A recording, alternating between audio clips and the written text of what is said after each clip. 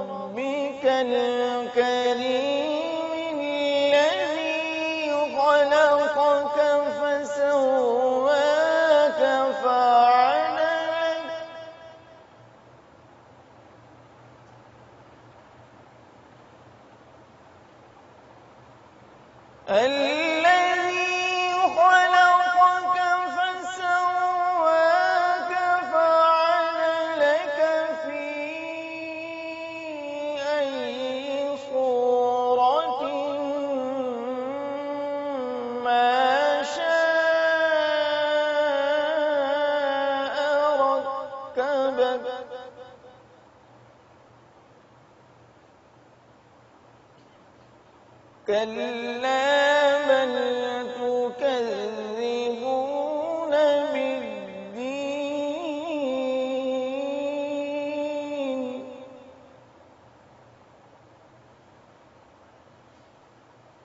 وإن عليكم لحافظين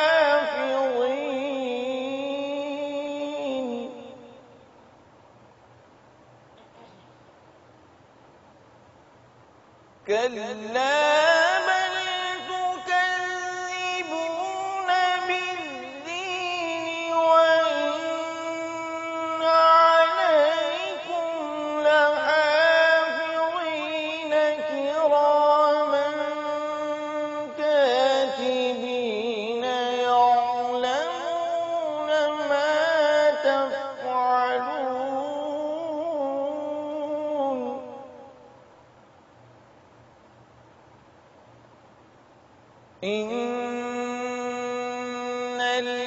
الأبرار لفي نعيم وإن الفجار لفي جحيم يصلونها يوم الدين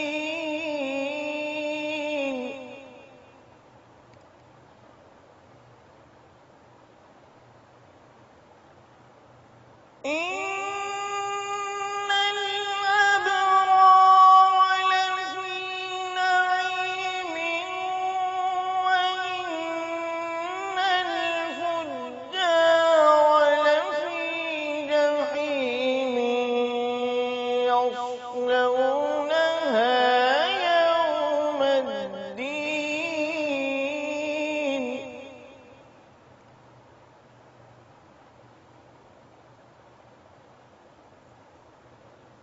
يصلونها يوم الدين وما هم عنها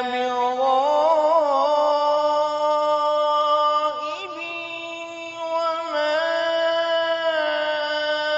أدراك ما يوم الدين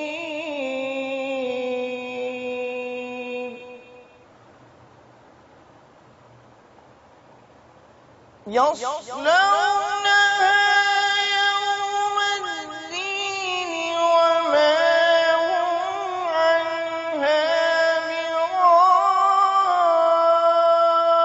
بغائبين وما أدراك ما يوم الدين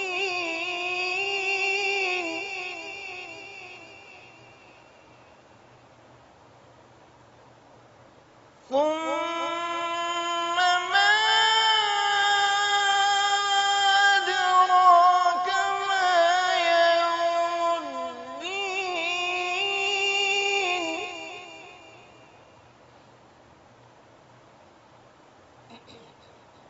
يوم لا تملك نفس لنفس شيئا والأمر يومئذ لله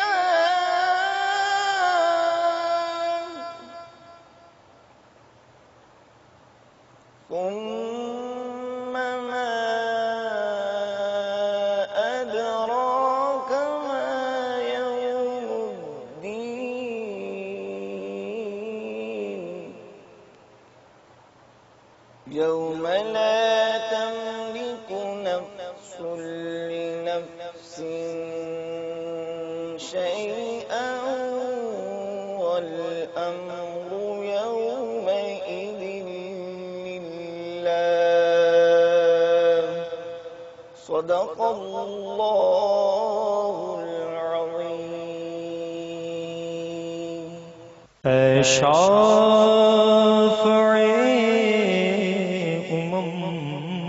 شهے ذی جاہل خبر خبر للہ لے خبر میری للہ لے خبر خبر للہ لے خبر میری للہ لے خبر مجرم کو بارگاہ عدالت میں لائے ہیں مجرم کو بارگاہ عدالت میں لائے ہیں تکتا ہے بے کسی میں تیری راہ لے خبر خبر تکتا ہے بے کسی میں تیری راہ لے خبر للہ لے خبر میری للہ لے خبر دریا کا جوش نہ بیڑا نہ خدا دریا کا جوش نہ بیڑا نہ خدا میں ڈوبا تو کہاں ہے میرے شاہ لے خبر خبر للہ لے خبر میری للہ لے خبر مانا کے ساتھ مجرموں ناکار ہے رضا مانا کے ساتھ مجرموں ناکار ہے گدا تیرا ہی تو ہے بندے درگاہ لے خبر خبر للہ لے خبر میری للہ لے خبر الحمد للہ رب العالمین والصلاة والسلام على سید المرسلین اما بعد فاعوذ باللہ من الشیطان الرجیم بسم اللہ الرحمن الرحیم الصلاة والسلام علیک یا رسول اللہ وعلى آلك وأصحابك يا حبيب الله الصلاة والسلام عليك يا نبي الله وعلى آلك وأصحابك يا نور الله علامہ حافظ سخاوی رحمت اللہ تعالی علیہ القول البدیع میں ایک رقت انگیز واقعہ نقل کرتے ہیں. ایک بزرگ تھے, بڑے عاشق رسول تھے صلی اللہ تعالی علیہ وسلم, اور کثرت سے درود و سلام پڑھا کرتے تھے. اور حقیقت یہی ہے کہ ساری برکتیں رحمتیں یہ درود و سلام پڑھنے والوں کے لیے مخصوص ہیں. وہ کثرت سے درود و سلام پڑھتے تھے. ان کا نام ہے حضرت عبد الرحیم بن عبد الرحمان رحمت اللہ تعالی علیہ. ایک بار غسل خانے میں آپ کے ہاتھ پر سخت چوٹ آئی, یہاں تک کہ ہاتھ جو تھا متورم ہو گیا, بہت درد ہو رہا تھا. اب آج کل تو درد کشا ٹیبلٹس مطلب بآسانی دستیاب ہے, اس دور میں تو ایسا نہیں ہوتا ہوگا, لہذا ان کو تکلیف بہت تھی, ہاتھ میں ہاتھ سوج گیا تو تکلیف بہت تھی. رات بھر کروٹیں لیتے رہے. اس دوران اونگ آ گئی, آنکھ لگ گئی. جیسے ہی آنکھ لگی دل کی آنکھ کھل گئی, اور کیا دیکھتے ہیں کہ سرکار مدینہ صلی اللہ تعالی علیہ وسلم تشریف لائے ہوئے. جیسے ہی سرکار کو دیکھا تو بے قرار ہو کر اتنا کہہ سکے یا رسول اللہ صلی اللہ علیہ وسلم. جیسے یا رسول اللہ زبان سے نکلا صلی اللہ علیہ وسلم, سرکار مدینہ صلی اللہ تعالی علیہ وسلم نے فرمایا کہ آج تجھے چوٹ آ گئی, میں بے قرار ہو گیا اور بےتاب ہو کر تیری خبر لینے پہنچ گیا. پھر جب آنکھ کھلی تو ہاتھ کا درد بالکل تھا ہی نہیں. اللہم صلی وسلم وبارک علی سیدنا ومولانا محمد النبی الامی الحبیب العالی القدر العظیم الجاہ وعلی آلہ وصحبہ وسلم صلاۃ و سلام علیکہ یا سیدی یا سیدی یا سیدی یا رسول اللہ.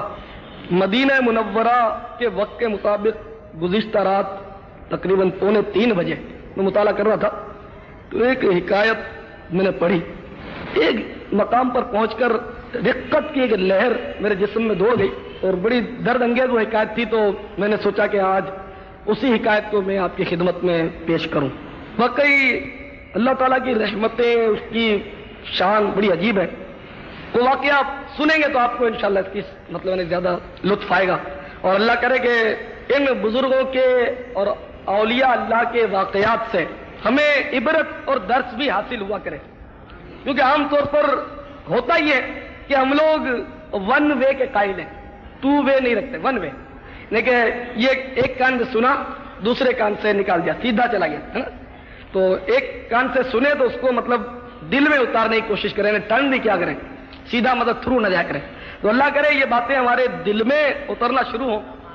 اور دعوت اسلامی کے اجتماعات آپ کو ویسے معلوم تو ہے ہی، یہاں الحمدللہ ہم مل جل کر یہ زور لگاتے ہیں کہ کسی طرح ہماری اصلاح ہو، ہمارے اس بگڑے ہوئے معاشرے کی بھی اصلاح ہو۔ بہرحال بنی اسرائیل کا یہ واقعہ ہے، سرکار مدینہ صلی اللہ تعالی علیہ وسلم کی بعثت مبارکہ سے پہلے کا یہ واقعہ ہے۔ بنی اسرائیل میں ایک فاحشہ عورت تھی، نہایت ہی حسین و جمیل، اور وہ رقص و سرور کی محافل برپا کرتی، اور اپنے خاص وقت پر وہ روزانہ بن سنور کر پوری فیشن سے آراستہ ہو کر اپنے دروازے پر بیٹھ جاتی۔ لوگ اس کو دیکھتے رہ جاتے، بہت زیادہ مطلب وہ فتنہ انگیز حسن کی مالکہ تھی، اور یہ آزمائش تھی لوگوں کے لیے۔ تو جب کوئی مفتون ہو جاتا ہے نا، اس کے فتنے میں مبتلا ہو جاتا، تو وہ 10 اشرفیاں اس نے اپنی فیس رکھی تھی، 10 اشرفیاں۔ اشرفی سونے کی ہوا کرتی تھی، اور سب سے بڑا سکہ ہوتی تھی اس وقت اشرفی، سونے کی اشرفی۔ وہ 10 سونے کی اشرفیاں لیتی تھی ایک رات گزارنے کا۔ ایک عابد و زاہد شخص تھا، نیک آدمی تھا بیچارہ، وہ وہاں سے اتفاق سے گزرا، اس کی نظر اس فاحشہ پر پڑ گئی، وہ بیٹھی ہوئی تھی بن سنور کر، اس نے بھی دیکھا تو وہ بھی دیکھتا رہ گیا، شہوت اس کو چڑھ گئی۔ امام غزالی رحمۃ اللہ علیہ فرماتے ہیں کہ شہوت جو ہے وہ بادشاہوں کو غلام بنا لیتی، اور شہوت کے تماشے تو آپ دیکھتے رہتے ہیں، نمازی ہوتے ہیں، پرہیزگار ہوتے ہیں، داڑھی والے ہوتے ہیں، لیکن جب شہوت کا بھوت مسلط ہوتا ہے تو پھر وہ کچھ ہوتا ہے کہ الامان والحفیظ۔ خیر اس پر بھی شہوت کا بھوت سوار ہوا، لیکن کسی طرح وہ دل کو پکڑ کر آگے گزر گئے، وہ عابد گزر گیا آگے، لیکن بس اس کے ذہن و دماغ پر وہ عورت جو تھی وہ مسلط ہو گئی۔ اب دن کا چین اڑ گیا، رات کی نیند اڑ گئی، ایک ہی تصور، ایک ہی خیال کہ بس کسی طرح اس کو حاصل کیا جائے۔ 10 اشرفیاں اس کا ریٹ تھا کہ کچھ بھی ہو جائے، بس شہوت اس پر غالب تھی۔ چنانچہ اس کے پاس بکری تھی ایک، وہ بکری اس نے بیچ ماری، اور ادھر ادھر سے اس نے 10 اشرفیاں جمع کر لی، اور اس عورت سے آ کر وہ عابد ملا، اپنی خواہش کا اظہار کیا، 10 اشرفیاں دو، یہ لو، میرے وکیل کے پاس جمع کرا دو، اس نے 10 اشرفیاں جمع کرا لی، بکنگ ہو گئی، اچھا تم رات کے وقت فلاں وقت آ جاؤ۔ وہ عابد پہنچ گیا رات کے وقت، اور وہ فاحشہ دوشیزہ جو تھی بن سنور کر پلنگ پر بیٹھی ہوئی تھی، یہ گیا تو اور بھی اس کا مطلب ہے کہ دماغ خراب ہوا کہ اب تو پھر اس عابد نے بری نیت سے دست درازی کی، کہ اس نے 10 اشرفیاں دی تھی، وہ اس کا مالک تھا تھوڑی دیر کے لیے، ہاتھ تو بڑھا دیا، لیکن جیسے ہی ہاتھ بڑھایا اس کی عبادت، اس کی ریاضت نے کام دکھانا شروع کر دیا، ایک دم اس پر کپ کپی طاری ہو گئی، اور اس کو خیال آیا کہ میں اتنے برس سے اللہ کی عبادت کرتا ہوں، ریاضت کرتا ہوں، یہ میں کیا کر رہا ہوں، کیا خدا مجھے دیکھ نہیں رہا؟ ایک دم اس کو خیال آیا کہ اللہ تعالیٰ مجھے دیکھ رہا ہے، میں یہ کیا کر رہا ہوں؟ وہ کانپنے لگا۔ وہ فاحشہ عورت متعجب ہو کر کہنے لگی کہ ڈرتے کیوں ہے؟ یہاں کسی کا خوف نہیں، کوئی کچھ نہیں کہے گا، تو نے تو 10 اشرفیاں پیمنٹ کی ہے، اپنی خواہش پوری کر، میں تو بیٹی تیرے لیے ہوں۔ اس نے کہا واقعی بات تو یہی ہے کہ مخلوق میں سے تو کسی کا ڈر لگ بھی نہیں رہا، تمام جہانوں کا خالق ہے، وہ چونکہ دیکھ رہا ہے تو اس کے خوف کے مارے بری حالت کہ وہ مجھے دیکھ رہا ہے کہ میں کیا کر رہا ہوں۔ تو اس عورت کو اب بھی سمجھ نہیں آئی، اس نے کہا اپنا کام کر، لوگ تو مجھے پانے کے لیے بڑے جتن کرتے ہیں، میری فیس بہت اعلیٰ ہے، غریب لوگ تو میرے قریب بھی نہیں بھٹک سکتے، تو بڑا خوش نصیب ہے جو تو مجھ تک پہنچ گیا، تو فکر ہی مت کر، تیرا کوئی نام نہ لے۔ تو وہ اس کی آنکھوں میں آنسو جاری ہے، وہ عابد رو رو کر کہہ رہا ہے کہ بس مجھے تو جانے دے، تو جلدی دروازہ کھول، میں جاؤں یہاں سے، مجھے اللہ تعالیٰ کا خوف آ رہا ہے۔ تو اس فاحشہ عورت کو اب کچھ سمجھ پڑنے لگی، نے کہا یہ بتا پہلے بھی کبھی زنا کیا ہے؟ تو آج تک سوچا ہی نہیں ہے، یہ بالکل پہلا موقع ہے کہ میں شیطان کے چکر میں آ گیا اور تجھ تک پہنچ گیا، اب میرا کیا ہوگا، ہاں وہ کرنے لگا، رونے لگا۔ تو اس نے جب دیکھا تو وہ بھی پگھلنے لگی کہ اچھا جاؤ۔ تو اس نے کہا میں جاتا ہوں اور میں نے جو تم کو 10 اشرفیاں دی ہیں وہ بھی میں نے معاف کیا۔ وہ عابد کہتا وہ بھی معاف کیا۔ وہ فاحشہ کچھ متاثر ہوئی، اس نے کہا اچھا تمہارا نام کیا، کہاں رہتے ہو؟ نام ہم بتایا اور کہا کہ کوہ لبنان پر میرا مقام ہے، قیام ہے، وہاں رہتا ہوں۔ یہ کہہ کر وہ دروازہ کھولا، سرپٹ نکل گیا، آنکھوں سے آنسوؤں کی لڑیاں بندھی ہوئی ہیں اور بڑا بے قرار اور مضطرب ہے، اور اللہ تعالیٰ سے توبہ کر رہا کہ یا اللہ میں شیطان کی باتوں میں کہاں گیا، یہ مجھے کیا ہو گیا تھا، یا اللہ مجھے معاف کر دے، آئندہ نہیں کروں گا۔ توبہ کرتا ہوا روتا دھوتا وہ چلا گیا۔ وہ یہاں سے جا چکا، نظر سے اوجھل ہو گیا۔ یہاں اس فاحشہ عورت پر جو اثر پڑا تھا اس نے رنگ دکھانا شروع کیا۔ اس نے سوچا کہ اس نے ارادہ زنا کیا، زنا نہیں کیا تھا، ارادہ کیا، اور یہ اللہ تعالیٰ سے ڈر گیا اور رک گیا۔ جس اللہ کو یہ مانتا ہے میں بھی تو اسی اللہ کو مانتی ہوں، یہ صرف ارادے سے ڈر گیا اور میں برسوں سے گناہ کر رہی ہوں، نہ ڈروں، مجھے تو زیادہ ڈرنا چاہیے۔ اس کی بھی آنکھوں سے آنسو جاری ہو گئے۔ اس نے خوب گڑ گڑا کر اللہ سے معافی مانگی کہ اللہ اب نہیں کروں گی، اس تیرے بندے نے تو میری آنکھیں کھول دی، جتنا فیشن کا، سنگھار کا، جو بھی کاسمیٹکس اس دور میں ہوتے تھے سب کو توڑ پھوڑ کر جلا جلو کر اس نے کیا ختم، اور اس پرانے سرانے کپڑے اس نے کیے زیب تن اور اللہ اللہ کرنے میں ہو گئی مصروف۔ کچھ روز تک اس طرح وہ عبادت کرتی رہی، روتی رہی، اللہ سے معافیاں مانگتی رہی۔ پھر اسے خیال آیا کہ وہ شخص جس نے میری تقدیر میں انقلاب برپا کیا ہے، کیوں نہ میں اسی سے رابطہ کروں، اور اگر وہ راضی ہو تو اس سے شادی کر لوں، کیونکہ اس سے بہتر مجھے کوئی شخص تو مل نہیں سکتا کہ اسی نے میری زندگی کو بدلا ہے۔ میں اس سے شادی کر لوں اور پھر اس کی نگرانی میں اللہ کی عبادت کروں تاکہ مجھے بھی کچھ اصول آئیں، صحبت تو ضروری ہے، تو اس طرح میں بہتر طریقے پر عبادت بجا لاؤں گی۔ تو اس نے غور کیا، اس کو ایڈریس یاد آیا، اس نے کوہ لبنان پر کہیں کہا تھا، تو چنانچہ وہ تیار ہو کر کوہ لبنان پر پہنچی اور وہاں لوگوں سے معلومات کی کہ اس نام کا، اس حلیے کا کوئی شخص اگر یہاں رہتا ہو، تو آخرکار لوگوں نے بتایا کہ ہاں ہم اس کو جانتے ہیں۔ تو چند لوگ جو تھے وہ مل جل کر اس عابد کے پاس پہنچے، اس کو پہاڑ کے نیچے کھڑا گیا کہ ہم اس کو بلا کے لاتے ہیں۔ اس کے پاس گئے کہ تمہیں کوئی خاتون تلاش کر رہی ہے، تو عابد آئے، دیکھے کون ہے۔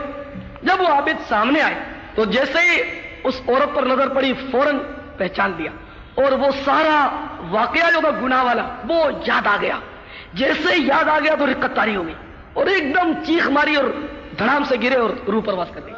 ارادہ گناہ ان کو یاد آ گیا، اور بس یہ جب میں نے جملہ پڑھا تو صحیح بات ہے، رقت کی لہر دوڑ گئی۔ میں نے کہا یا اللہ، یہ ایک اللہ والے کہ ارادہ گناہ کے یاد آنے پر دم توڑ دیتے ہیں، اور ہم نااہل ترین لوگ کہ گناہوں کا انبار لگا ہوا ہے، کبھی آنکھ اشک بار نہیں ہوتی، کبھی احساس تک نہیں ہوتا، بلکہ گناہ کرتے تو ہنستے، گناہ کرتے تو ہنستے۔ آپ داڑھی کیوں مڈاتے ہیں تو وہ کھینچ کھینچ کھینچ کر کے کہتے ہیں کہ صاحب وہ کیا کریں، معاشرہ اور فلاں اور یہ۔ ارے کم از کم اتنی تو غیرت اپنے مطلب دل میں رکھو کہ پیارے آقا صلی اللہ تعالی علیہ وسلم کی محبت کی نشانی کو مونڈ مونڈ کر گندی نالیوں میں بہانے میں تو شرم نہیں آتی، کم از کم اب تو مت ہنسو، ندامت تو کرو اس فعل پر۔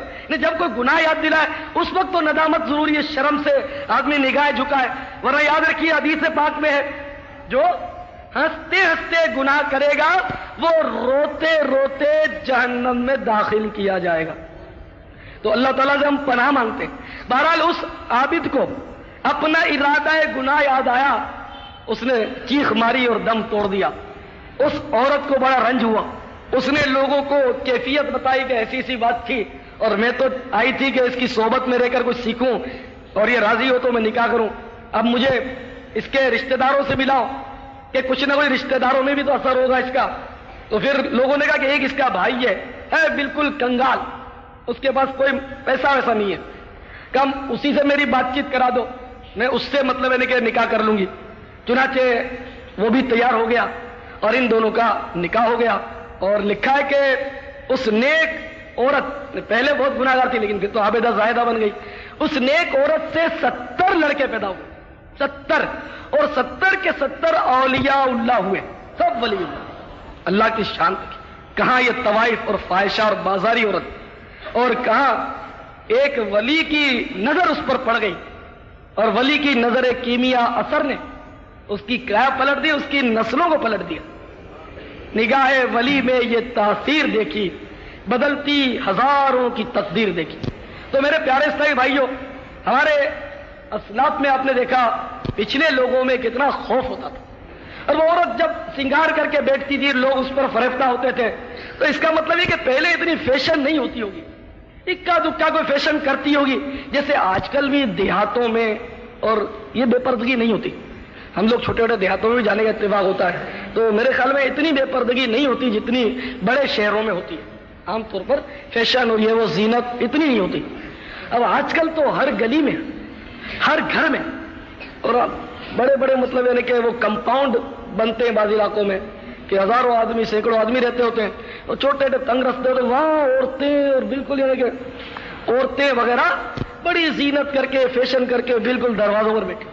آج کل تو یعنی کہ خدا کی پناہ من سے اتنی فیشن بڑھ گئی، اتنی فیشن بڑھ گئی، اللہ ہمارے حال زار پر رحم کرے۔ میرے بھائیوں، گزشتہ سال سن 86 کے مارچ کے اخبار میں ایک عجیب و غریب خبر آئی تھی۔ ایک ماں نے، یہ بہت سننے کے قابل آپ کو اور عبرتناک واقعہ میں سنا رہا ہوں جو سچا واقعہ ہے اور سال بھر کا غالباً پرانا واقعہ یہ الگ بات ہے کہ ہم نے یہ طے کر لیا، ہم نے یہ میں جو ہم نے اور یہ کہ یہ ہوتا ہے کہ عمومی مطلب ہے کہ محاورتاً بولتے کہ واقعی یہ کہ ہم نے یہ طے کر لیا ہے کہ ہم نہ سدھرے ہیں نہ سدھریں گے، قسم کھائیے، نعوذ باللہ۔ معاملہ ایسا ہی ہے کہ کتنی قرآن کی آیتیں سناؤ، کتنی حدیثیں سناؤ، کتنا ہی خوف خدا دلاؤ، لیکن آج کوئی ٹس سے مس ہونے کے لیے تیار نہیں ہے۔ بے نمازیوں کو کتنا ہی سمجھاؤ، بارہا تجربہ ہو، کتنا ہی اس سے کہو کہ بھائی نماز پڑھو، یہ ثواب ہے، وہ گناہ نہ پڑھنے میں، وہ ادھر ادھر دیکھتا ہے، بالکل لاپرواہی۔ تو عجیب مطلب کہ ماحول ہے یہ، یعنی کہ دماغ میں بات جاتی نہیں۔ بات یہ کہ ہمارا ذہن اور ہمارا دل اب گناہ کر کر کر کر کے اتنا زنگ آلود ہو چکا ہے کہ ہم پر کوئی بات اثر ہی نہیں کرتی۔ چنانچہ میں عرض کر رہا تھا، اس ماں نے ایک اخبار میں کسی سے مشورہ طلب کیا تھا، تو وہی میں آپ سے عرض کر رہا ہوں۔ اس ماں نے لکھا تھا کہ میری ایک جوان بیٹی تھی شادی شدہ، وہ بیمار ہوئی، اس کا انتقال ہوا۔ انتقال کے بعد اس کو دفن کرنے کے لیے جب قبرستان لے گئے اور قبر جب اس کے لیے کھودی گئی تو قبر کے اندر 60 یا 70 سانپ کنڈلی مار کے بیٹھے ہوئے تھے۔ لوگ بڑے پریشان ہوئے۔ دوسری جگہ قبر کھودی، وہیں بھی وہی سانپ تھے۔ تیسری جگہ قبر کھود نکالی، وہاں بھی وہی سانپ تھے، وہی 60-70 سانپ کنڈلی مار کے بیٹھے۔ ناچار جو تو اب کیا ہوا ہوگا تو اللہ ہی بہتر جانے اس وقت کیفیت لوگوں کی، جو تو لوگوں نے یا کسی نے مشورہ دیا ہوگا کہ یہ اس کا عذاب ہے، جو بھی ہو، تو جو تو اس لڑکی کو، اس لاش کو، میری بیٹی کو لوگوں نے سانپوں کے اوپر ڈال دیا اور بھاگ کھڑے ہوئے۔ اور جو گور کن ہوتے ہیں مزدور وغیرہ، وہ جو تو مٹی وٹی لیپ تھوپ کے وہ بھی فرار ہو گئے۔ اور وہ اتنے خوفزدہ تھے وہ گور کن، انہوں نے لوگوں کو بتایا کہ ہم نے آج تک کبھی ایسا منظر نہیں دیکھا۔ تو وہ ماں کہہ رہی تھی کہ میرے داماد کی بھی حالت بڑی غیر ہو رہی تھی، بار بار وہ سر کو جھٹکا دے رہے تھے خوف کے مارے کہ یہ کیا ہو گیا۔ پھر اس ماں نے جو بات کہی نا، وہ اگر آپ گرہ میں باندھ لینا تو بڑے کام کیے۔ اللہ تعالیٰ مجھے اور آپ کو عمل کی توفیق عطا فرمائے۔ اس ماں نے اخبار میں یہ لکھا تھا کہ اس ماں نے یہ کہا کہ میری بیٹی فیشن کرتی تھی، میں اس کو بارہا منع کرتی رہی لیکن وہ مانتی نہیں تھی، اس کے سوا کوئی گناہ میری سمجھ میں نہیں آتا اس کا۔ وہ ماں کہتی ہے کیونکہ میری بیٹی صوم و صلات کی بھی پابند تھی، وہ روزہ رکھتی تھی، نمازیں پڑھتی تھی، لیکن وہ فیشن کرتی تھی، مانتی نہیں تھی، تو شاید ہو سکتا ہے کہ یہی اس کا جرم تھا۔ تو اخبار میں جواب دیا اس نے، جواب شاید ادھورا تھا، وہ بہرحال وہ جواب اس نے اپنی مرضی سے دیا۔ اس نے اس طرح کا جواب دیا کہ محترمہ، آپ کی بیٹی کے اس پیچیدہ معاملے کا حل آپ کے اپنے ہاتھ میں، اس طرح کا گول مٹول جواب دیا۔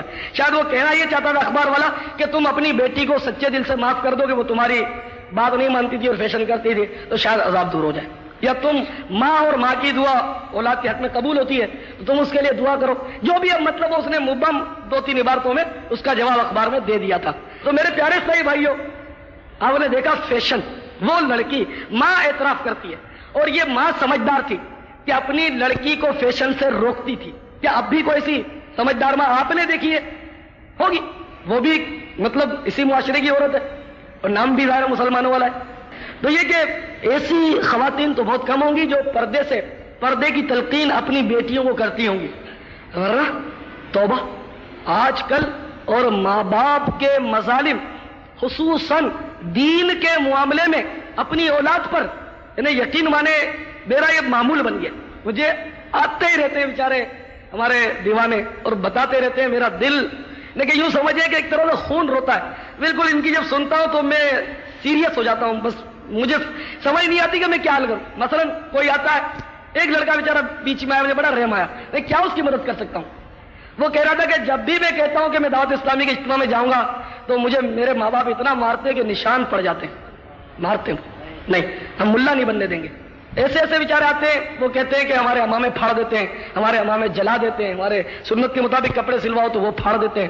اجتماع میں تو کئی ایسے لڑکے ہیں جو بولتے ہیں کہ ہم کو آنے نہیں دیتے, گھر بند کر دیتے ہیں, نکلنے نہیں دیتے اور بہت تنگ کرتے ہیں. ایک بیچارہ بدین سے ہمارا دیوانہ آیا ہوا, وہ بیٹھا ہوگا, اس نے عجیب بات بتائی. ایک لڑکوں کو پچھلے چند جمعرات پہلے وہ لایا تھا اجتماع میں, تو ایک کو جس کو لایا تھا نوجوان لڑکا تھا, اس نے بیچارے نے کہا میں داڑھی بھی رکھوں گا, سب کچھ کروں گا اور میں درس بھی دوں گا بدین میں جا کر.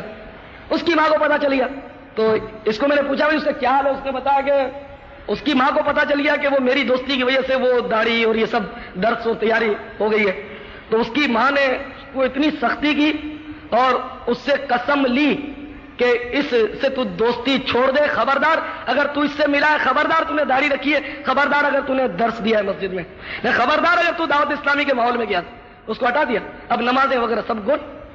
تو میں سوچتا ہوں کہ اگر اسلام سے اتنی نفرت ہے, لیکن نماز سے روکنا, مسجدوں سے روکنا, ان اجتماعات سے اس لیے روکنا کہ بچہ دیندار بن جائے گا, چلو اس اجتماع میں مت جاؤ, فلاں بزرگ کی صحبت میں رہو اور وہاں سنتیں سیکھو, یہ تو بات سمجھ میں آتی ہے کہ چلو اس اجتماع سے یوں ہی روکتے ہیں کہ دور پڑتا ہے وغیرہ. لیکن اس اجتماع سے اس لیے روکنا کہ اس اجتماع میں اگر جائے گا تو داڑھی رکھ لے گا, امامہ باندھ لے گا, رات کو اٹھ کر تہجد پڑھنے لگے گا, درود شریف پڑھنا شروع کر دے گا, اللہ اللہ کرنا شروع کر دے گا, پاگل ہو جائے گا. عام تاثر یہ کہ لوگ مطلب ہے کہ پاگل ہو جاتے, یہ اللہ اللہ کرتے پاگل ہو جاتے. ارے یہ جتنا پاگل خانہ ہے یا جتنے بھی یہاں مینٹل ہاسپٹل ہیں جن میں مطلب ہے کہ داخل ہوتے ہیں, جتنے روڈوں پر پتھرے مارتے ہیں پاگل لوگ, تو کیا وہ اللہ اللہ کر کے پاگل ہوئے تھے؟ تو یعنی کہ عجیب و غریب لوگوں کا ذہن بنا ہوا. بلکہ میں کہتا ہوں کہ اگر اللہ کے نام سے کسی پر رقت طاری ہو گئی, بے ہوش ہو گیا, خدا کی قسم اس کی تو سعادت مندی ہے. جیسے کہ ایک بزرگ کا واقعہ میں نے کتاب میں پڑھا, حضرت عبد الوہاب شورانی رحمت اللہ نے نقل کیا ہے. حسن بن صالح رضی اللہ تعالیٰ عنہ بزرگ تھے, حسن بن صالح, وہ مینارے پر چڑھے اذان دینے کے لیے, اللہ اکبر اللہ اکبر, پھر جب اشہد ان لا الہ الا اللہ کہتے ہی ایک دم رقت طاری ہوئی, دھڑام سے گرے بے ہوش. یعنی میں گواہی دیتا ہوں کہ اللہ کے سوا کوئی معبود نہیں, اشہد ان لا الہ الا اللہ, میں گواہی دیتا ہوں کہ اللہ کے سوا کوئی معبود نہیں, بس یہ گواہی دیتا ہوں اللہ کے سوا کوئی معبود نہیں. تو ایک دم رقت طاری ہوئی, گرے اور بے ہوش ہو گئے. یہاں تک کہ لوگ اٹھا کر ان کو مینارے سے لے آئے اور ان کے بھائی نے بھی اذان دی اور امامت کے فرائض انجام دیے. پرانے بزرگ. تو اب کیا دین چھوڑ دینا چاہیے کہ اللہ کا نام لیا بے ہوش ہو گئے؟ وہ لکھا ہے وہ امام عبد الوہاب شورانی رحمۃ اللہ علیہ نے تنبیہ المغترین میں کہ وہ جب تک نماز ہوتی رہی وہ بے ہوش ہی پڑے رہے, بے ہوش پڑے ہوش, اور جب کسی کو ہوش نہ رہے تو قلم اٹھ جاتا ہے. شریعت کا وہ مکلف نہیں رہتا, ہوش نہیں ہے, تو اس کا کیا علاج؟ اور آپ تو فجر کے ٹائم پر ایسے بے ہوش ہوتے ہیں کہ جتنا بھی جھنجھوڑو آپ کی آنکھ نہیں کھلتی اور آپ کی فجر بستر میں گول ہو جاتی ہے. حالانکہ یہ تو جرم ہے, کوشش کرنی چاہیے پوری کہ آپ فجر کے لیے اٹھ کر مسجد میں پہنچے نماز کے لیے. تو جب آپ کو اپنے اوپر اعتراض نہیں, لیکن یہاں اگر کوئی اللہ اللہ اور مدینہ مدینہ کر کے بے ہوش ہو گیا تو اس پر آپ سارے مطلب ہے کہ برس پڑتے ہیں کہ یہ کیسا دیوانہ ہے نا. تو اس لیے اللہ تعالیٰ عقل سلیم عطا فرمائے اور ہمارے اعلی ذات پر رحم فرمائے. کسی نے کہا ہے نا, نہ کسی کے رقص پہ طنز کر, نہ کسی کے غم کا مذاق اڑا, جسے چاہے جیسے نواز دے, جسے چاہے جیسے نواز دے, یہ مزاج عشق رسول ہے صلی اللہ علیہ وسلم. حضرت سیدنا فاروق اعظم رضی اللہ تعالیٰ عنہ کے بارے میں منقول ہے کہ آپ ایک بار سورہ پڑھتے پڑھتے جب اس آیت مقدسہ پر پہنچے, اذا الصحف نشرت، اور ایک دم رقت تاری ہوئی، کانپنے لگے. کیوں؟ اذا الصحف نشرت، اس کے معنی یہ ہے کہ جب، یعنی کہ قیامت کا ذکر ہے، جب اعمال نامے پیش کیے جائیں گے، اعمال نامے دکھائے جائیں گے، پیش کیے جائیں گے. تو اس خوف سے سیدنا فاروق اعظم رضی اللہ تعالیٰ عنہ پر رقت طاری ہو گئی کہ قیامت کے روز اعمال نامے سامنے ہوں گے. آج تو ہم چھپ چھپ کر گناہ کرتے ہیں نا، خوب چھپ چھپ کر گناہ کرتے ہیں. اس کی غیبت کی، اس کو گالیاں دی، فلم دیکھی، داڑھی منڈائی، نماز چھوڑ دی. انہیں کہ گناہ خوب کرتے ہیں چھپ کر، ظاہر کئی ہوتے ہیں جو ظاہر کرتے ہیں، کئی ہوتے ہیں چھپ کر کرتے ہیں. اعلیٰ حضرت رحمۃ اللہ علیہ فرماتے ہیں نا، چھپ کر لوگوں سے کیے جس کے گناہ وہ خبردار ہے کیا ہونا. لوگوں سے تو چھپ کر کیے، لیکن اللہ تعالیٰ خبردار ہے. تو اعمال نامہ کھلے گا، سب اس میں ہوگا، کیا چھپ کر کیا، کیا ظاہر کیا. تو فاروق اعظم رضی اللہ تعالیٰ عنہ کے تو گناہ کیا تھے، وہ بخشے بخشائے، لیکن پھر بھی رقت طاری ہو گئی، غش کھا کر گر گئے اور دیر تک تڑپتے رہے، پھڑکتے رہے اللہ کے خوف سے. تو انہوں نے تو قرآن شریف کی تلاوت نہیں چھوڑی، رسول اللہ صلی اللہ علیہ وسلم کی محفلیں نہیں چھوڑی کہ صاحب یہاں تو رقت طاری ہوتی ہے. یہاں اجتماع میں کئی لوگ اس لیے نہیں آتے، مجھے سے ٹکرے کہ تمہارے اجتماع میں ہم نہیں آتے، تم ایسی دعا مانگتے ہو اور ایسی ایسی باتیں کرتے ہو کہ کئی کئی دن تک ہمارا ذہن معاف ہو جاتا ہے. بس خوف سے ہم لوگ مطلب بے چین رہتے، ہم کو کسی کام میں چین نہیں پڑتا، دنیا میں دن نہیں لگتا، ہم نہیں آتے. میں تو کہتا ہوں اللہ کرے کہ ایسا دل ہمیں ملے کہ واقعی ہمیں اللہ کے خوف سے چین ہی نہ آئے. اللہ کرے ایسا ہو جائے، اللہ کرے دنیا کی رنگینیوں سے دل ٹوٹ ہی جائے. نیک لوگوں کا یہ اجتماع ہوتا ہے تو ظاہر ہے کہ جب نیک لوگوں کا اجتماع ہوگا تو اس میں تو اثر ہوتا ہے. ایک بار سرکار مدینہ صلی اللہ تعالیٰ علیہ وسلم نے ایک آیت کریمہ تلاوت کی. یعنی اس کا ترجمہ ہے، ہمارے پاس بیڑیاں جہنم ہے اور ہمارے پاس اٹکنے والا کھانا. یعنی دوزخ کی اس میں کیفیت بیان کی گئی ہے کہ دوزخ میں وہ ہے کڑیاں، ہاتھوں میں ڈالنے والی بیڑیاں اور اٹکنے والا کھانا دیا جائے. تو یہ کیفیت اس آیت میں تھی. تو سرکار یہ آیت تلاوت کر رہے تھے، ایک صحابی عمران بن اعین رضی اللہ تعالیٰ عنہ وہ موجود تھے، بڑے دیوانے تھے. جب ان کے کان میں یہ آواز پڑی، یہ آیت کریمہ، تو وہ عربی دان تھے، وہ حضرات تو عربی پوری سمجھتے تھے، ہم لوگ تو نہیں جانتے. تو جیسے ہی یہ آواز کان میں پڑی کہ جہنم میں بیڑیاں ہیں، اٹکنے والا کھانا ہے، تو اللہ کے خوف سے ایک دم ان پر رقت طاری ہوئی، کھڑے ہوئے تھے اور دھڑام سے گرے اور ان کی روح کف سے انصری سے پرواز کر گئی. اگر اس اجتماع میں کبھی سرکار کا ایسا کرم ہو جائے اور کسی خوش نصیب کا مدینہ مدینہ کرتے ہوئے روتے روتے دم ٹوٹ جائے، اللہ کرے میرے ساتھ ایسا ہو، آپ کے ساتھ نہ ہو، آپ لوگوں کے ساتھ ایسا ہو گیا تو آپ کے ماں باپ پیرا لگا دیں گے، مجھے بند کروا دیں گے، یہ جادو وادو کرتے ہیں کیا ہے کہ ہمارا بندہ مر گیا. تو اللہ کرے میرے ساتھ ایسا ہو جائے، آپ کے عشق میں اے کاش کے روتے روتے یہ نکل جائے میری جان مدینے والے.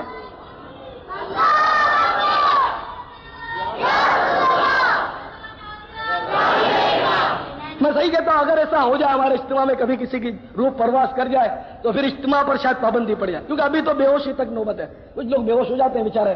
بس اللہ تعالیٰ ہمارے معاشرے میں جو ہمارے اسلامی بھائی بہن ہیں، جو بوڑھے بزرگ، یہ ان سب کو عقل سلیم عطا فرمائے کہ اس قسم کے اجتماعات کی وہ حقیقی روح کو سمجھ پائیں.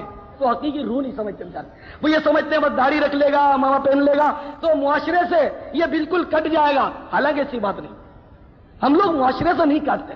اب میں آپ کے سامنے کھڑا ہوں، ٹھیک ہے، میں دعوت اسلامی کا ایک سب سے حقیر ترین جو ہوتا ہے اس میں ایک ہوں. دعوت اسلامی کے جتنے بھی اسلامی بھائی ہیں ان میں سب میں آخری فہرست میں ہوں. میں آپ کے سامنے کھڑا ہوں. میں بھی اس دنیا میں رہتا ہوں یا کہیں جنگلوں میں پہاڑوں میں رہتا ہوں، بالکل شہر کے گنجان علاقے میں رہتا ہوں. اچھا، میں نے شادی کی، الحمدللہ میرے 3 بچے ہیں اور بھی گھر کے افراد ہیں، اور یہ بھی نہیں کہ نذرانوں پہ پلتا ہوں. اگر کسی کے ذہن میں خیال ہے تو نکال دے کہ صاحب یہ کماتا کیا ہے. الحمدللہ نذرانوں پر نہیں پلتا، اپنا کماتا ہوں، اپنا کھاتا ہوں. اللہ کا بڑا کرم ہے. اور میں بہت مالدار ہوں. میں یہ نہیں کہتا میں غریب ہوں اور صاحب مفلس ہوں اور میرا خیال رکھا کرو. یعنی انڈائریکٹ بھی لوگ کہتے ہیں نا میرا خیال رکھا کرو ذرا، ہمارے بھی اخراجات. تو نہیں، میں تو کہتا ہی نہیں. آپ سے لے کر کرنا بھی کیا ہے؟ کون دیتا ہے؟ دینے کو منہ چاہیے. دینے والا ہے سچا ہمارا نبی صلی اللہ علیہ وسلم. سرکار کا صدقہ کھاتے ہیں، یعنی کہ آپ جس سے لے کر دیں گے، بھائی آپ بھی تو انہی سے لے کر دیں گے، تو میں آپ سے لینے کے بجائے ان سے نہ لے لوں؟ آپ سے کیوں مانگوں؟ سرکار کا صدقہ، میری سرکار کا صدقہ، محتاج و غنی، شاہ و گدا مانگ رہے ہیں. تو میرے پیارے بھائیوں میں بہت مالدار، اللہ کا بڑا کرم، ہماری کو سرمایہ داری سے نہیں ہوتی، یہ نوٹے ووٹے کیا حیثیت ہے، کوئی حیثیت نہیں، حقیقت میں کوئی حیثیت نہیں، بالکل مال سراسر وبال، مال حلال بھی وبال ہے، مال حرام تو ہے ہی، وہ تو وبال، مال حلال بھی وبال ہے، لیکن جتنا زیادہ ہوگا تو اتنی حفاظت کرنی پڑے گی۔ اگر میرے کو کوئی بل فرض 5 لاکھ روپے خدا نہ کرے ہبا کر دے، بخشش کر دے، میں لے تو لوں گا، کوئی 5 لاکھ دے دے تو ظاہر ہے کہ نفس لگا میں لے تو لوں گا، انکار تو نہیں کروں، نہ کر کے رکھ تو لینا ہے میں نے، اچھا خدا نہ کرے اس لیے کہتا ہوں نا کہ مجھے آزمائش نہ ہو، خدا نہ کرے کسی نے 5 لاکھ دے دیے کہ بھائی میرے کو انعام لگا، مجھے نہیں چاہیے، تو لے لے، میں لے لوں گا ہاتھ بڑھا کے، اچھا یہ حلال کا ہوا میرے لیے اس لیے کہ میرے کو تو بخشش میں ملا ہے، حرام کا نہیں، حلال کا ملا 5 لاکھ، لیکن میرے لیے وبال ہے یا نہیں، میں اس کو لیے پھروں اور سب کو کہتا پھروں کہ 5 لاکھ ہے میرے پاس 5 لاکھ، اور میں ذرا ہوشیاری میں اگر بول دوں کہ میں تو اس کی حفاظت نہیں کروں گا، میں تو 5 لاکھ، تو میرا گھر کوئی نہ کوئی تو وہ لے کر میرے پیچھے آ جائے گا، اس کے بعد 5 لاکھ ہے، دیتا ہے نہیں دیتا ہے، تو میں ذرا ہوشیاری کروں گا، سمجھے، لے کر دکھا میں نہیں ڈرتا، یہ وہ خدا نہ کرے وہ چلا ہی دے، تو بہرحال یہ 5 لاکھ میرے لیے وبال ہوئے نہیں، تو مال حلال بھی وبال بنے گا۔ اچھا چلو بھائی کسی نے نہیں چھینے، میں نے اس کو اپنی ذات پر ہی خرچ کیے، تو اس کا حساب دینا پڑے گا نہیں پڑے گا؟ مال حلال بھی ہم نے جو کھایا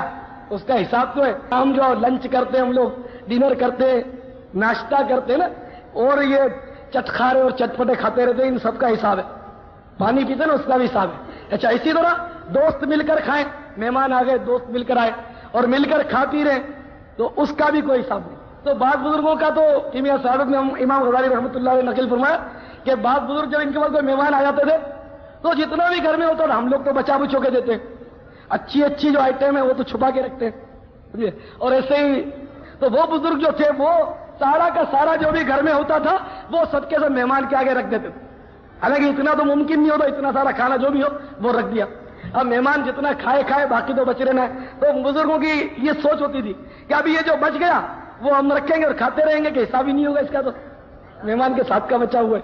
تو بہرحال یہ کہ اب جو حساب کتاب سے ڈرتا ہو نا وہ ایسے ہیلے بھی نکالے کہ صاحب سوچے کہ حساب سے کیسے بچا جائے، جیسے میں نے عرض کیا کہ ویسے تو دوپہر کا کھانا کھایا، رات کا کھانا کھایا، ناشتہ کیا، چائے پی، پان کھایا، ان سب کا تو حساب دینا ہی ہے، اب حساب سے بچا کیسے جائے، تو آدمی سوچے کہ چلو روزہ رکھ لو، جو جس کی سوچ ہو نا کیسے بچا جائے۔ ایک اور حدیث شریف قوت القلوب میں نے پڑھی کہ جب مل جل کر بندے کھاتے ہیں، مل جل کر، تو جب تک دسترخوان نہیں اٹھایا جاتا، ویسے تو سنت یہ ہے، اس پر عمل کہیں بھی نہیں ہو رہا عموماً، کہ دسترخوان پہ جیسے مل کر ہم نے کھایا نا تو ہوتا کیا ہے کہ جو کھایا وہ اٹھ کے چل دیا، حالانکہ یہ سنت نہیں، اگر کسی کو اٹھنا الگ سے تو وہ دوسروں سے معذرت کرے کہ میں ذرا اٹھ جاتا ہوں تو صحیح ہے۔ اچھا اور ویسے بھی اگر سب کھا بھی چکے تو اٹھ جاتے ہیں، دسترخوان جوں کا توں پڑا رہتا ہے، تو سنت یہ ہے کہ پہلے دسترخوان اٹھا دیا جائے بعد میں یہ کھانے والے اٹھیں، اصل سنت یہ ہے، لیکن بدقسمتی سے ہم لوگ اس پر عمل نہیں کرتے، اللہ توفیق دے۔ تو جو حدیث میں نے پڑھی وہ عرض کر رہا ہوں، بڑی پیاری حدیث ہے کہ حضرت محمد ابو طالب رحمت اللہ تعالی علیہ بہت بڑے ولی اللہ ہوئے، اتنے زبردست یہ ولی ہوئے، امام غزالی سے بھی پہلے کے بزرگ ہیں، بہت پرانے، یعنی کہ کم و بیش 1000 سال پہلے کے بزرگ ہیں، اتنے زبردست اور اتنے متقی تھے، اور کھانے پینے میں ان جیسی پرہیزی والے کسی بزرگ کا میں نے کہیں پڑھا یاد نہیں مجھے، اتنے زبردست پرہیزگار، انہیں کھانا تو ایک عرصے تک یہ کھاتے ہی نہیں تھے، کسی کا بھی نہیں کہ یہ جو لا رہا وہ لا رہا پتہ نہیں کہاں سے لایا ہوا، اتنا وہ مطلب انہیں تقویٰ کرتے تھے، اور جنگلوں میں گھاس پتیاں یہ کھا لیتے تھے، خود رو پیڑ ہوتے تھے خود اگتے زمین پر، قدرتی اگتے، جنگلی، یہ بھی نہیں کسی کا اگایا ہوا وہ تو نہیں کھاتے، تو ایسے خود رو پیڑ وغیرہ کھاتے تھے، یہاں تک کہ ان کا رنگ سبز ہو گیا تھا، رنگ جسم کا، یہ سبزیاں کھا کے خود رو سبزیاں کسی کی، اتنے متقی اور پرہیزگار۔ انہوں نے حدیث نقل کی ہے کہ جب مل کر کھاتے ہیں تو جب تک دسترخوان نہیں اٹھایا جاتا اور بندے بھی بیٹھے رہتے ہیں اس وقت تک اللہ کے معصوم فرشتے ان لوگوں کے لیے رحمت کی دعا مانگتے رہتے ہیں۔ اللہ تعالیٰ کا کرم، اس کا فضل و احسان ہے، کیسی اس نے ہمارے لیے آسان آسان نیکیاں بھی رکھی ہیں، سب اس کی مشیت پر اس کا انحصار اور دار و مدار ہے۔ تو بہرحال میرے پیارے سے بھائیوں، میں عرض کر رہا تھا کہ ہمارے جو اسلاف تھے، ہمارے بزرگ تھے، وہ اللہ سے بہت ڈرتے تھے، بہت ڈرتے تھے، اتنی رقت ان بزرگوں پر طاری ہو جاتی تھی، ہمارے لیے تو ظاہر ہے کہ وہ ہم سوچ بھی نہیں سکتے، اتنے وہ پریشان ہو جاتے تھے۔ جب کوئی خوف کی بات آتی تھی. حضرت داؤد طائی رحمۃ اللہ علیہ ایک بار کہیں سے گزر فرما رہے تھے تو ایک قبر کے پاس ایک عورت بیٹھی رو رہی تھی. کوئی تازہ تازہ قبر ہوگی, وہ عورت زارو قطار رو رہی تھی, ہو سکتا ہے اس کے شوہر کی قبر, اور روتے روتے وہ کہہ رہی تھی. دیکھیے کہہ کیا رہی تھی. آج کل اگر کوئی کہے گی عورت ہائے میرا سہاگ اجڑ گیا, ہائے یہ ہو گیا, اور نعوذ باللہ کفریات تک بکتے, یا اللہ تیرے کو میرے چھوٹے بچوں پر ترس نہیں آیا, معاذ اللہ, اور کیا کفریات آج کل عورتیں بکتی. لیکن وہ کوئی بہت ہی دانا اور سمجھدار عورت تھی, وہ رو رہی تھی اور روتے روتے کہہ رہی تھی کہ کاش مجھے یہ پتا چل جاتا کہ تیرے کون سے رخسار کو کیڑوں نے کاٹنا شروع کیا ہے. کتنی عبرت ہے اس جملے میں. قبر میں کیڑے کاٹیں گے نا. حدیث شریف میں آیا القبر بیت الدیدان, قبر کیڑوں کا گھر ہے, کیڑے ہوتے ہیں. اور ایک حدیث میں نے پڑھا کہ قبر کا کیڑا اتنا خوفناک ہوتا ہے کہ جبل ابو قبیس پر اگر وہ ڈنک مار دے, جبل ابو قبیس یعنی حرم شریف کے بالکل باہر یہ پہاڑ واقع ہے. الحمدللہ میں نے اس کی زیارت کی ہے, اور اسی پہاڑ پر کہا جاتا ہے کہ ہمارے آقا مولا صلی اللہ تعالی علیہ وسلم نے انگلی اٹھا کر چاند کے 2 ٹکڑے کیے تھے. تو وہ جبل ابو قبیس بہت بڑا پہاڑ. حدیث شریف میں آیا کہ قبر کا کیڑا جبل ابو قبیس کو ڈنک مار دے, جبل ابو قبیس کو ڈنک مار دے تو وہ پہاڑ جل کر خاک کا ڈھیر ہو جائے. وہ اتنا خطرناک. تو وہ عورت جس کو خوف ہے خدا کا, عذاب قبر کا ڈر ہے. ہماری عورتوں کو, ہمارے باپ کو, ہمارے بیٹوں کو یہ نہیں ہوتا. جب کوئی بندہ مر جاتا ہے تو خوب روتے دھوتے مچلتے ڈرامہ بھی کرتے, کئی لوگ عورتیں خاص غم نہیں ہوتا اتنا. لیکن عورتیں آتی ہیں دکھانے کے لیے, ورنہ بولیں گی اس کو تو منہ کو رنجی نہیں, روتی نہیں, تو وہ بھی ہاں پھو پھو پھو کر کے وہ شروع ہو جائے گی. اور دل میں تو یہ ساری مطلب ہے کہ اس سے ہی ٹیکنیک ہوتی ہے. تو میت ہو جائے تو اس پر چلا کر رونا نہیں چاہیے, صرف آنسو بہے تو کوئی مذائقہ بھی نہیں.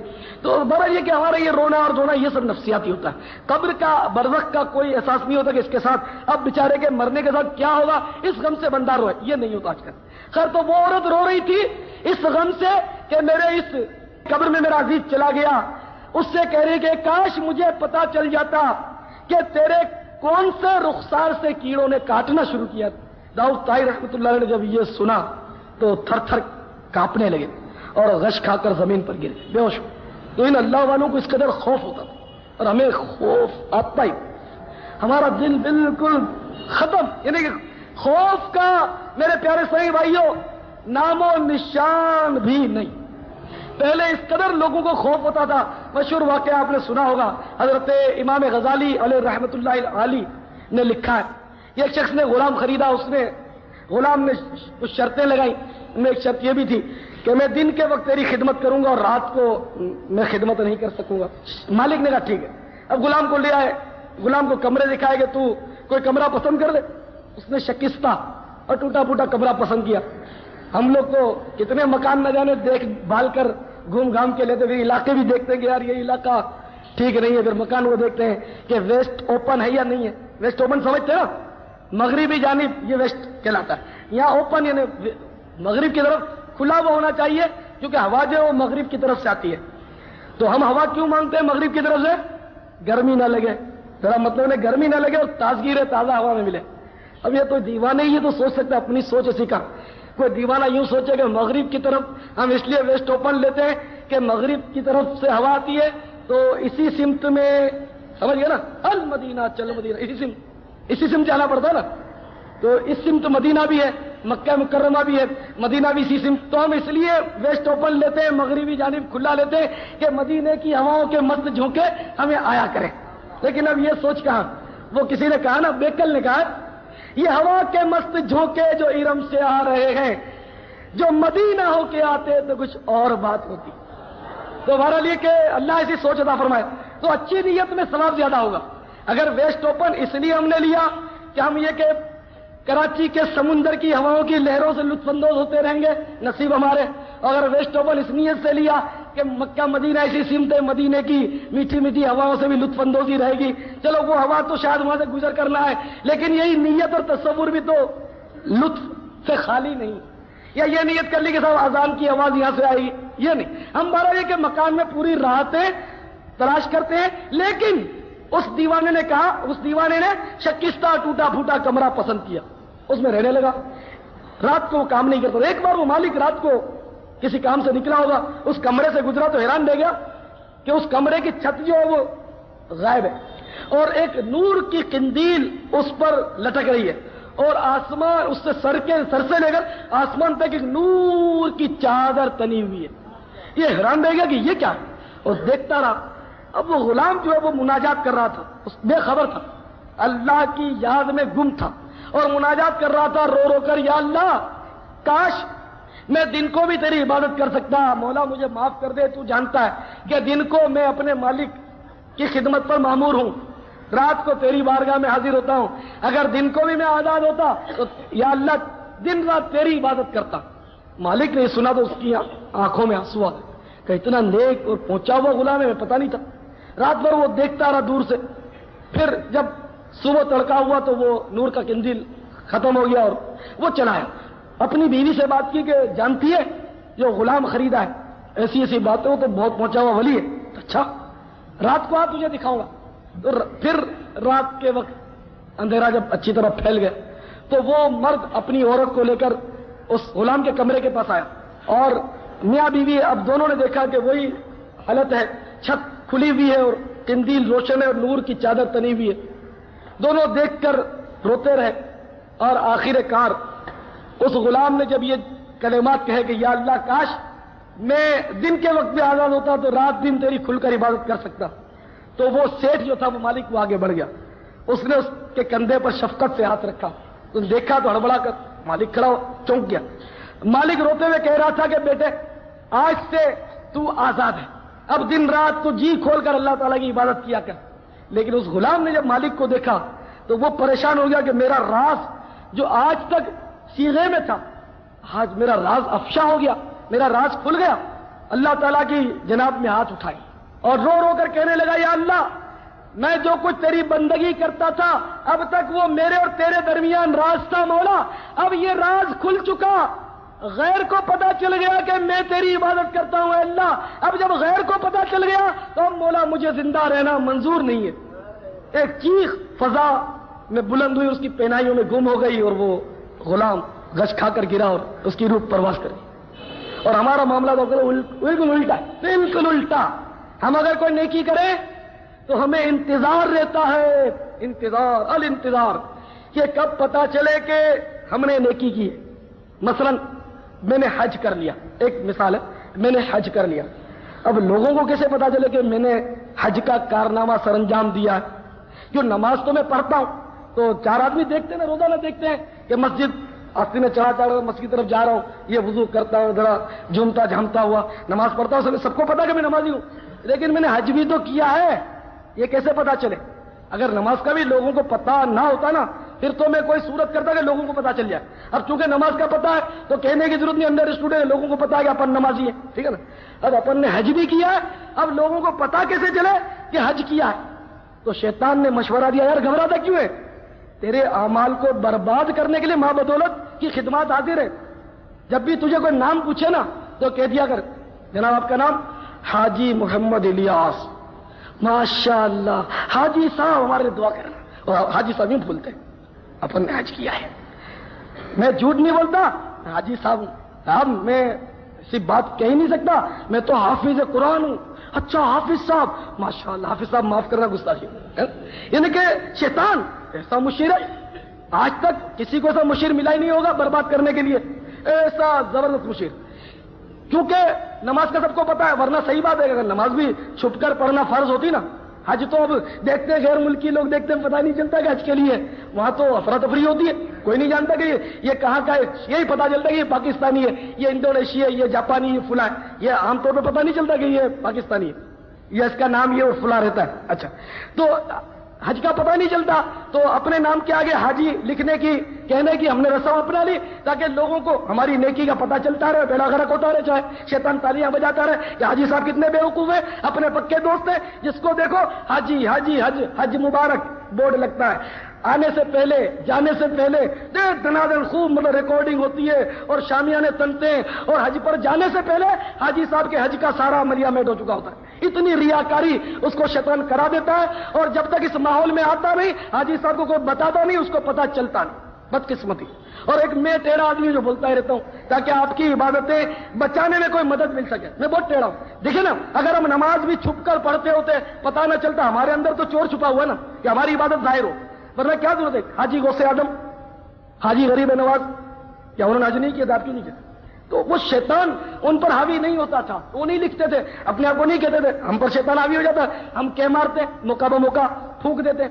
تو اگر نماز بھی ہم چھپ کر پڑھتے ہوتے اور آپ کو اگر پتا نہ ہوتا کہ الیاس ہے، تو جب آپ اس سے پوچھتے کہ آپ کا اسم شریف نمازی محمد الیاس، بولتا مجھے تو پتا چلنا چاہیے کہ میں نمازی ہوں۔ اگر میں زکات دیتا ہوتا تو زکات کا تو پتا نہ چلے تو میں کہہ دوں کہ صاحب زکاتی محمد الیاس، خیراتی محمد الیاس، صدقاتی محمد الیاس۔ تو میرے بھائیوں، اور زکاتی اگر کہوں بھی تو اتنا امپریشن نہیں پڑتا کہ شاید زکاتی کے مانے زکات لیتا ہوگا، ایک عام نہیں ہے نا، تو یوں بدنامی ہے زکاتی تو میں کہتا نہیں اپنے آپ کو، نمازی کہنے کی ضرورت نہیں، سب کو پتا ہے میں نمازی ہوں، اور حج کا پتا نہیں تھا تو میں نے کہہ دیا کہ حاجی محمد الیاس۔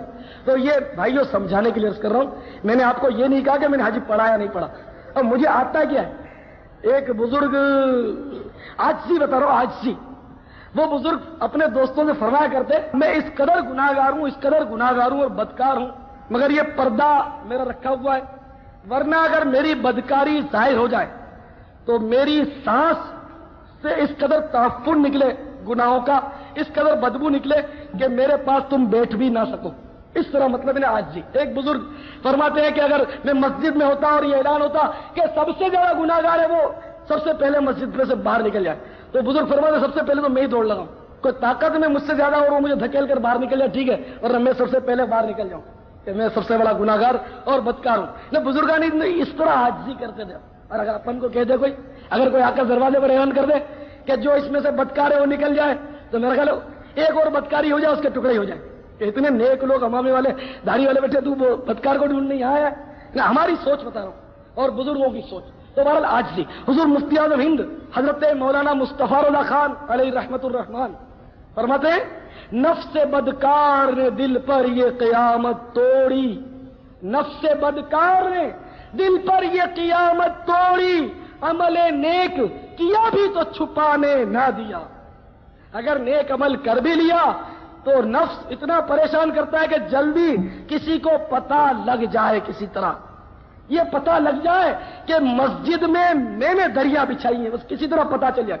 اب جب کوئی صورت نہیں رہی پتہ چلنے کی، کوئی صورت نہیں رہی، تو ایک تجویز شیطان نے ڈال دی، پتہ چل جائے گا، فکر ہی مت کر، تو مولانا کو کان میں جا کر بول دے کہ میرے لیے دعا کر دے، میرا نام لے کر آپ ذرا دعا کر دیں۔ تو مولانا تو عبداللہ شفیق ہوتے بیچارے، تو وہ محبت سے دعا کریں گے کہ فلاں بھائی کے لیے دعا کریں کہ انہوں نے ہماری مسجد میں دریا بچھائی ہے، ان کے لیے دعا کریں کہ اللہ تعالیٰ ان کی جائز مرادیں پوری کرے۔ تو یوں مطلب اعلان ہو گیا نہیں ہو گیا دعا کی آڑ میں کہ انہوں نے دریا مسجد میں بچھائی۔ اچھا اب یہ بھی صورت نہیں، اگر مولانا بھی کوئی میری طرح مطلب سر پھرا ہوا نام نہیں لیا، تو پھر ایک اور تجویز، وہ کیا ہوگی پتہ ہے؟